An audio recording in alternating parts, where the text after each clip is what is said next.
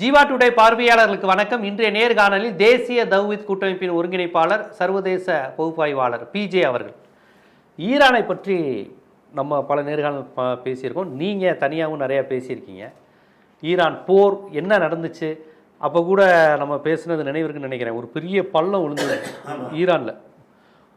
அது அவ்வளவுதான், அணுசக்தி இதை முடிஞ்சு போச்சு. ஈரானில் இஸ்ரேல் போட்டுட்டான், இனி அவ்வளோதான் போட்டப்போ நீங்கள் தான் சொன்னீங்க, ஏன்னா அணுசக்தி போட்ட இடத்துல இருந்தால் அந்த இடமே காலியாக இருக்கும், அவன் மக்கள் அங்கே போய் தண்ணி எடுத்துகிட்டு வந்துக்கிட்டு இருந்தான். உங்களுக்கு நினைவு இருக்கா? ஒரு பெரிய பள்ளத்தில் ஈரானில் அணுசக்தி வெடிச்சிருச்சு பாருங்க, பெரிய பாதிப்புன்னு. அந்த அணுசக்தி வெடிச்சிருந்தா அந்த ஊரே நேரம் இருக்கக்கூடாது, அங்கே மக்கள்லாம் ஏதோ ஓடி ஓடி போய் தண்ணி எடுத்துக்கிட்டு இருக்கிறான். அப்போ இப்படித்தான் நாங்கள் ஒரு வல்லரசு, எங்கள் கையில் தான் அணுகுண்டு இருக்குது, ஆயுதம் இருக்குது, மற்ற எவனுக்கும் அறிவியல் சாதனங்கள் இல்லைன்னு மேற்கத்திய அமெரிக்கா இஸ்ரேல்லாம் உள்ள ஒரு பிம்பத்தை கட்டமைக்கிறான். உண்மையிலே ஈரான் மாதிரி ஆட்கள்கிட்ட சயின்டிஃபிக் டெக்னிக்கல் நாலேஜ்லேருந்து அணுகுண்டுலேருந்து அவன் வேறு லெவலில் இருக்கிறான்னு நீங்கள் ஒரு முறை நம்ம பேசின நினைவு இருக்குது, அந்த போர் நடந்த. இப்போ இன்னொரு செய்தி வந்திருக்கு. இது பெரிய லெவலில் தண்ணி பிரச்சனையில் மெட்ராஸோட மோசமாக போயிருச்சு. ஈரானுடைய தலைநகர் டெஹ்ரான் பெரிய தண்ணி பிரச்சனை வந்துருச்சுங்க. அவன் தலைநகரையே மாற்ற போகிறான் அவன் பெரிய லெவலில் அப்படின்னு ஒரு இஷ்யூ சொல்கிறாங்க. இல்லை இஸ்ரேல் அமெரிக்காவின் தாக்குதலுக்கு பயந்து தலைநகர் அவன் மாற்ற போகிறான்னு ரெண்டு விதமான கருத்து வருது. ஈரான் மாதிரி நாடுகளில் இதுக்கு முன்னாடி தண்ணி பிரச்சனையே வந்திருக்கா? ஏன்னா தண்ணி பிரச்சனையை இதுதான் இயற்கையோட இதுக்கும் நாடு மேற்கத்திய நாடு அரபு நாடுலாம் பிரச்சனை கிடையாது. அங்கே தண்ணி பிரச்சனை ஒன்று வருதா? போரை விட ரொம்ப அபாயகரமான ஒரு சூழலில் தண்ணி பிரச்சனை மாறி இருக்கா, இல்லை வேறு எதுவும் பின்னாடி வேறு எதுவும் அரசியல் இருக்கா? என்ன நடக்குது? ஈரானில் தண்ணி பிரச்சனை கொடுமையாக இருக்கா? ஈரானில் உள்ள தண்ணி பிரச்சனையை பார்க்குறதுக்கு முன்னாடி முதல் தண்ணியை பற்றி நமக்கு ஒரு புரிதல் இருக்கணும். சரி, ஒரு 1,00,000 வருஷத்துக்கு முன்னாடி உதாரணத்துக்கு இந்த உலகத்தில் எவ்வளோ தண்ணி இருந்துச்சோ அதே தண்ணி தான் இன்றைக்கி இருக்கிறது. ஆமாம், ரீசைக்கிள். ஆமாம், தண்ணிங்கிறது குறையவே செய்யாது. வழங்குதா? கீழே உள்ளது மேலே போகும், மேலே உள்ளது கீழே வரும், சாக்கடையாக இருக்கும், சாக்கடையாக இருக்கிறது மழை தண்ணீராக வரும், மழை தண்ணீராக கடல் நீராக போகும். ரொட்டீனில் தான் இருக்கே தவிர தண்ணீருங்கிறது இல்லாமையே போகாது. முதல் விஷயம். ஓகே. அப்போ தண்ணி பஞ்சம்ங்கிறது பொய்யா கட்டமைக்கிறாங்க. தண்ணி பஞ்சம் எங்கேயுமே வராது. நம்ம சென்னையே கதறி இருக்கேன். எனக்கு தெரிஞ்சு ஒரு 8 இப்போ 2015 தான் வெள்ளம், 2017 18 அந்த ஒரு வருஷம் தண்ணி இல்லாம சென்னை மிரண்டு போனதை பார்த்தோமே. ஆமா, தண்ணி இல்லாம ட்ரெயின்ல எல்லாம் கொண்டாந்து தண்ணி இறக்குனாங்க. வீராண குடிநீருங்கிறது தமிழ்நாட்டுல எவ்வளவு. ஆமா, அதெல்லாம் செஞ்சாங்கிறோம்ல. அதெல்லாம் என்னன்னு கேட்டா தண்ணி இல்லாம இல்லை, சரி, விநியோகம் சரியில்லை, அவ்வளோதான். இப்போ உதாரணமாக நாங்கள்லாம் சின்ன பிள்ளையா இருக்கிற நேரத்தில் எங்கள் ஊரில் கடுமையான தண்ணி பஞ்சம். தண்ணி பஞ்சம்னா என்ன செய்வாங்கன்னு கேட்டால் 5 கிலோமீட்டர் பிரயாணப்பட்டு போய் ஆற்றுக்கு கடலுக்கு பக்கத்தில் மண்ணை தோண்டி ஊற்றும்பாங்க. அதில் எடுத்துகிட்டு ஒரு குடம் தண்ணி எடுக்கிறதுக்கு ஒரு நாள் ஆகும். அப்படிலாம் கஷ்டப்பட்டோம், எங்களுக்கே ஆபத்தில் இருக்குது அந்த மாதிரி. இன்றைக்கி அதை விட மக்கள் தொகை பெருகி போய் தண்ணிலாம் குறைஞ்சி போச்சுன்னு சொல்லக்கூடிய காலத்தில் எல்லார் வீட்டுக்கும் காவேரி தண்ணியை கொண்டு வந்துட்டான். எங்கள் ஊரில் காவேரி தண்ணி தான், போர் தண்ணி இருக்கிறது, காவேரி தண்ணி இருக்கிறது. இப்போ தண்ணியை பொறுத்த வரைக்கும் தண்ணி பஞ்சம் வந்துச்சுன்னு சொன்னால் போர் போட்டு எவ்வளோ கீழே இருந்தாலும் எடுத்துடலாம். தண்ணி இல்லையே, நிலத்தடி நீர். உங்களுக்கு மழை பெய்யலைன்னா நிலத்தடி நீர் இருக்காதே, கிரவுண்ட் வாட்டர் இருக்காதே. நீங்க சொல்றது சயின்ஸா புரியுது. உலகம் உருவான காலத்துல தண்ணி குறையலைங்கிற நீங்க ஒரு அறிவியல் விதிப்படி பேசுறீங்க. கிரவுண்ட் வாட்டர் மழையே பெய்யல, நீ மரத்தெல்லாம் வெட்டி வெட்டி போட்டுற, அந்த இயற்கையா வரக்கூடிய மழை வரல, காத்து பெஞ்சு ஈரப்பதம் பட்டாதான் மழை வரும். அருப்புக்கோட்டை விருதுநகர் சைட்லாம் தீப்பெட்டி தொழிற்சாலைக்காண்டி மழையை வெட்டி அது கந்தக பூமியாவே மாறிடுச்சு. குளோபல் வார்மிங்கு, மழை வரமாட்டேங்குது. மழை வரலைன்னா நிலத்தடி நீர் இருக்காது. ஸோ இதன் அடிப்படையிலையும் தண்ணி பஞ்சம் வரும்ல. நிலத்தடி நீர் இருக்காதுங்கிறதே கிடையாதுங்க. கீழே இன்னும் கொஞ்சம் போகணும், அவ்வளோதான். நிலத்தடி நீர் இல்லைன்னா இன்னொரு 20 அடி பைப்பை இறக்குங்க. நிலத்துக்குள்ளே ஆறே ஓடுதுங்க. நிலத்துக்குள்ளே பெரிய நதியை ஓடிக்கிட்டு இருக்கிறது. கீழே உள்ள தண்ணீரை எடுக்கிறதுக்கு நம்ம சில ஊரில் 10 அடியில் தண்ணி வந்துடும், சில ஊரில் 80 அடி போர் போடுவாங்க, சில ஊரில் 200 அடி போடுவாங்க.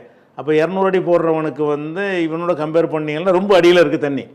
தண்ணி இல்லாமையெல்லாம் இல்லை, நிலத்துக்குள்ளே தண்ணி இருந்துக்கிட்டே இருக்கிறது.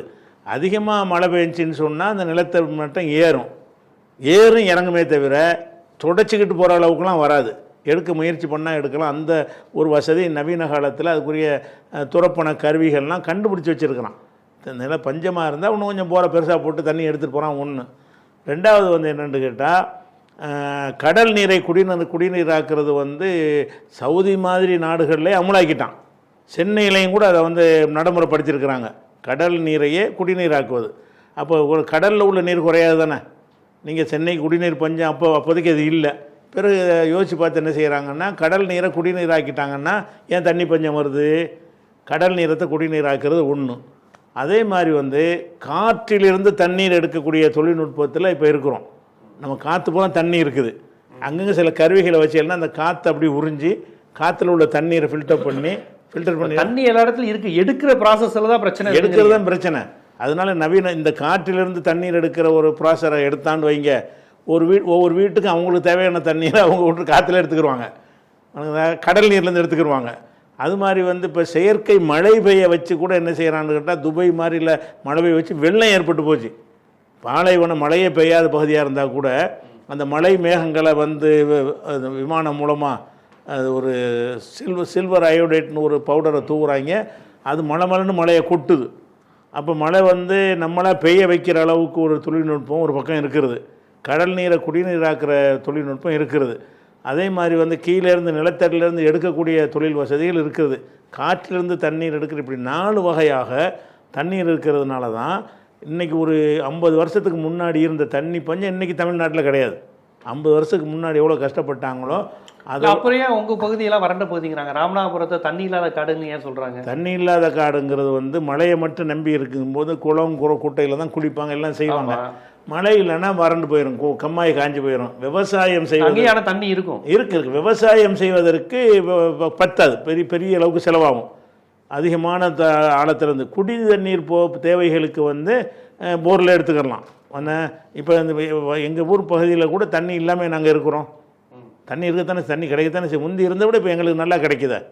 முன்பு இருந்ததை விட எங்கள் ஊர்லாம் முன்பு இருந்ததை விட தண்ணி நல்லா தான் இருக்குது. இப்போ ஈரானை பொறுத்த வரைக்கும் அவன் தொழில்நுட்பத்தில் ரொம்ப மேம்பட்ட நிலையில் இருக்கிறான். அணு ஆயுதங்களையே பூமிக்கு அடியில் கொண்டு போய் சுரங்கம் போட்டு வைக்கிற அளவுக்கு ஒரு வலிமை மிக்கவனாக இருக்கும் பொழுது அவன் ஈஸியாக தண்ணீரை எடுப்பதுக்கு அவனுக்கு முடியும். அது தண்ணிக்காக வேண்டி தெஹ்ரானுடைய மக்களுடைய தண்ணீருக்காக வேண்டி தலைநகரை மாற்ற வேண்டியதில் ஒன்று. ரெண்டாவது, கவர்மெண்ட் அவன்கிட்ட இருக்கும் பொழுது தண்ணீர் உள்ள பகுதியிலிருந்து குழாய் போட்டு தண்ணீரை கொண்டு வரலையா? நமக்கு கொண்டு வர்றாங்களே. நம்ம வீராண தண்ணி தானே குடிக்கிறோம். வீராணம் எங்கேயா இருக்குது? பஞ்ச காலத்தில், ஜெயலலிதா காலத்தில் வீராணத்தில் தண்ணி கொண்டு வந்தாங்க குழாய் மூலமாகவே. அப்போ வீராணத்தில் உள்ள தண்ணியை சென்னையை கொண்டு வர முடியுதில்ல உங்களுக்கு? முயற்சி பண்ணுனா வீராணத்தில் அளவுக்கு மீறி தண்ணி இருக்கிறது. அந்த வீராண ஏரியிலேருந்து என்ன செய்கிறாங்க, தென்னார்காடு மாவட்டத்தில் அந்த வீராண ஏரி இருக்கிறது. அங்கே இருந்து என்ன செய்கிறாங்கன்னா பெரிய பெரிய ராட்சச குழாய் போட்டு சென்னை வரைக்கும் கொண்டாந்து சப்ளை பண்ணாங்க அந்த காலத்தில். இப்போ வீராணம் குழாய் இங்கே தண்ணி புழலில் பிரச்சனை வந்துச்சுன்னா அங்கேருந்து தண்ணியை கொண்டு வந்துடுவாங்க. அப்போ தண்ணீரை ஈரான் ஒரு கவர்மெண்ட் வச்சுருக்கும் பொழுது அந்த நாட்டில் பல பகுதிகளில் ஆறுகள் ஓடத்தானே தெஹ்ரானில் தானே தண்ணி பஞ்சம். தண்ணி பஞ்சமாக இருந்தால் ஆற்று தண்ணியை கொண்டு வந்துட்டு போகிறான், குழாய் மூலமாக கொண்டு வந்துட்டு போகிறான். அது ஒரு அரசாங்கத்தினால் கொண்டாந்து அவங்களுடைய தேவையை பூர்த்தி செய்ய முடியும். இன்றைக்கி செஞ்சுக்கிட்டு இருக்கிறாங்களே. சென்னையில் உள்ள குடிநீரை வேறு ஒரு பகுதியை தண்ணீரை கொண்டு தீர்க்கிறாங்க. ராமநாதபுரம் மாவட்டத்துக்கு பூரா தண்ணீர் காவேரி தண்ணி தான். அங்கே காவேரி யாரும் ஓடலை. ராமநாட்டில் உள்ள எல்லாருக்குமே காவேரி யாரும் கிடையாது. திருச்சியிலேருந்து வைகை வராதா? வைகை மதுரையோட நின்ற முதல்ல வந்துச்சு, எங்கள் ஊர் வரைக்கும்லாம் வந்துச்சு. இப்போ மதுரையோடு அவர் நிப்பாட்டிடுறாங்க. அது அவங்களுக்கு விவசாயத்துக்கு போதுமானதாக இல்லைங்கிறதுனால நம்ம பகுதிக்கெலாம் வர்றதில்லை. இப்போ வீட்டுக்கு வீட்டு குடிநீர்லாம் கூட்டு குடிநீர் திட்டம்னு போட்டு கொடுக்குறது பூராவுமே எங்களுக்கு காவேரி நீர் தான் எங்கள் மாவட்டத்துக்கு ஃபுல்லாகவே சப்ளை ஆகுது. ப்ளஸ் நிலத்தடி நீர்லாம் இருக்கிறது. அதனால் தண்ணீர் பஞ்சம்ங்கிற ஒரு விஷயம் நவீன காலத்தில் இல்லாமல் இருந்துச்சுன்னு சொன்னால் நிர்வாகம் சரியில்லைன்னு அர்த்தம். நிர்வாகம் பண்ணினால் தண்ணி கொடுக்க முடியும். அப்போ ஈரானில் இப்போ என்ன பிரச்சனை? ஒரு பிரச்சனையும் இல்லை. என்னென்னு கேட்டால் ஈரானில் இந்த நீங்கள் சொல்கிற மாதிரி இன்னொரு காரணம் சொன்னீங்கல்ல, அதாவது அந்த தலைநகரை மாற்றுறது என்பது ஒரு போர் தந்திரத்துக்காக கூட என்ன செய்வாங்க, சில விஷயங்கள்லாம் அடியில் இருக்குது, இதை குறி வைப்பாங்க. வேறு பக்கம் கடந்து போயிட்டோம்னா இது சேஃப்டியாக இருக்கும் அப்படின்னு ஏதோ ஒரு நோக்கத்துக்காக வேண்டி. இப்போ இங்கே கூட என்ன செஞ்சாங்கன்னா, எம்ஜிஆர் இருக்கும்போது திருச்சிக்கு மாற்றணும்டார்ல, தலைநகரத்தை அவர் சொன்னது சென்றாக இருக்கணுங்கிறதுக்காக வேண்டி. தலைநகரம் ஆக கடைக்கோடியில் இருக்குது தமிழ்நாடுங்கிறது. மெட்ராஸ் ஆந்திரா பார்டரில் இருக்குது. திருச்சியில் இருந்தால் எல்லாருக்கும் நடுநாயகமாக இருக்கும்னு அவர் நல்ல திட்டம் தான் செஞ்சார். அவரை துக்குளுக்கு மேலே அவரை கோமாளி ஆக்கி விட்டாங்க. எம்ஜிஆர் சொன்ன இந்த திட்டம் நல்ல திட்டம் தான். துக்குளுக்கு முகமது பின் துக்குளுக்கு அவர் பார்த்துறாரு சொல்லி அப்படி கோமாளி மாதிரி ஆக்கி அந்த திட்டத்தை அமல்படுத்த விடாமல் ஆக்கிட்டாங்க. இன்றைக்கி தமிழ்நாடு தலைநகர் திருச்சியில் இருந்து அந்த பெட்டராக தான் இருக்கும். எல்லாருமே சீக்கிரம் வந்துட்டு போயிடலாம். அது மாதிரி இருக்குன்னு வைங்களேன். அப்படிப்பட்ட ஒரு விஷயமா இருக்கும் பொழுது இந்த மாற்றுறதுலாம் சாதாரண விஷயந்தான். அவன் அதுக்காக ஒரு நோக்கத்துக்காக வேண்டி ஒரு தண்ணி இடத்த மாற்றிட்டு போயிட்டோம்னா இது மீது கண்காணிப்பு இருக்காது. மற்றவர்களுடைய எதிரிகளுடைய கண்காணிப்பிலிருந்து நம்ம தப்பிச்சுக்கலாம். போர் யுக்தி கூட மாற்றுறதா இருந்தால் அதுக்காகத்தான் இருக்குமே தவிர தண்ணீர் பிரச்சனையை இன்னும் சொல்ல போனால் ஒரு தலைநகரத்தை ஒரு இடத்துக்கு மாற்றுறதை விட தண்ணீரை கொண்டு வந்து சேர்க்கறது லேசானதாக இருக்கும். Okay okay.